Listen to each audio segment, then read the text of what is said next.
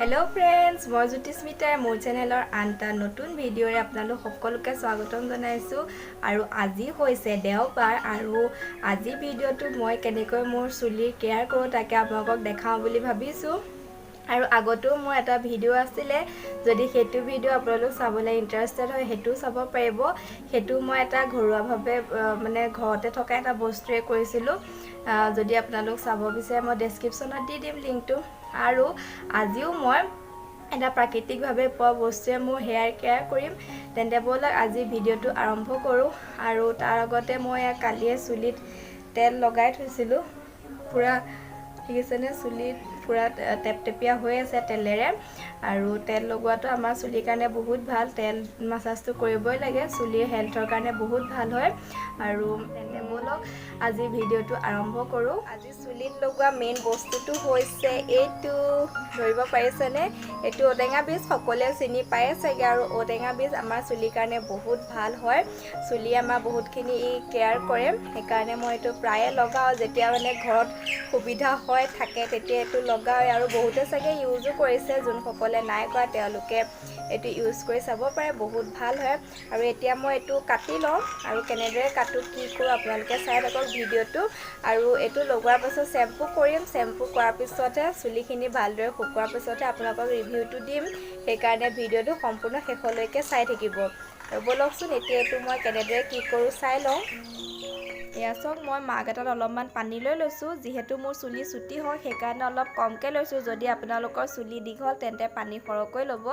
আৰু এতিয়া মই ঔটেঙা বীজটো এনেদৰে অলপ কাটি কাটি লৈছোঁ।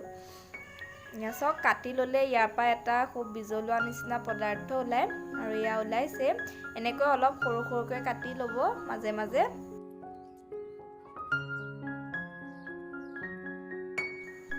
মোৰ বীজটো কটা হৈছেগৈ। আৰু এয়া চাওক, এয়া অলপ বিজল বিজল নিচিনা ওলাই গৈছে, দেখিছেনে? আৰু এতিয়া মই বীজটো এনেকৈ পানীত অকণমান জুবুৰিয়াই অলপ খচি লৈছোঁ ভালদৰে, যাতে বিজলুৱা পদাৰ্থটো খুব ধুনীয়াকৈ ওলাই যায়।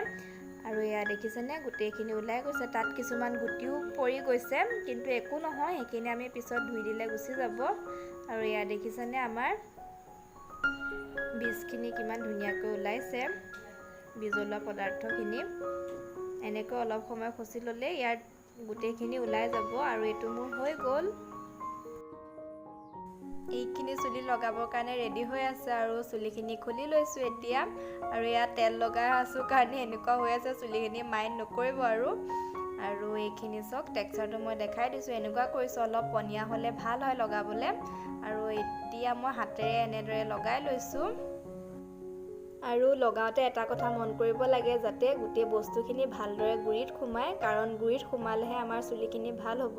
সেইকাৰণে গুৰিত সোমোৱাটো বেছি গুৰুত্ব দিব লাগে। চাওকচোন মই কেনেদৰে কৰিছোঁ, আপোনালোকে এইদৰে চাওক। এইদৰে মই গোটেইখিনিতে লগাই লৈছোঁ আৰু মাজে মাজে অলপ মাছাজ কৰি দিছোঁ।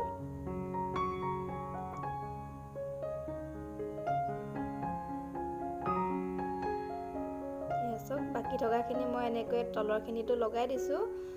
আৰু এয়া চাওক, এনেদৰে মাছাজ কৰি দিছোঁ। এনেদৰে মাছাজ কৰি দিব লাগে, তেতিয়া বহুত ভাল হয়, খুব ধুনীয়াকৈ সোমায়। আৰু গোটেইখিনি মোৰ লগাই হৈ গ'ল, দেখিছেনে?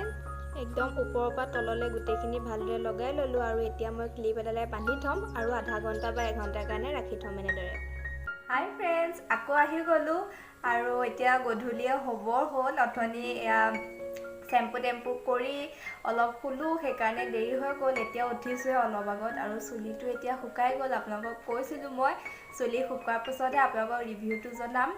আৰু এতিয়া মই এয়া চাওক, চুলি সম্পূৰ্ণভাৱে শুকাই গ'ল। আৰু মই একো চেৰাম বা একোৱে ইউজ কৰা নাই। আৰু চাওকচোন মোৰ চুলিখিনি কিমান ধুনীয়া হৈ আছে। একো মানে জট লগাৰ এনেকুৱা বহুতৰ প্ৰব্লেম থাকে ন, চুলিটো ধুই দিয়াৰ পাছত বহুতৰ জট লাগে বা কিবা ড্ৰাই টাইপৰ হৈ থাকে। তেনেকুৱা চাওক, একোৱেই হোৱা নাই, কিমান ধুনীয়া হৈ আছে, দেখিছেনে?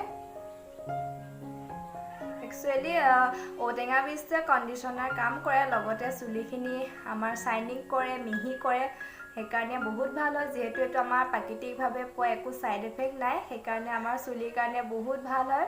ইউজ কৰি চাব পাৰে আপোনালোকে, নিশ্চয় ভাল পাব।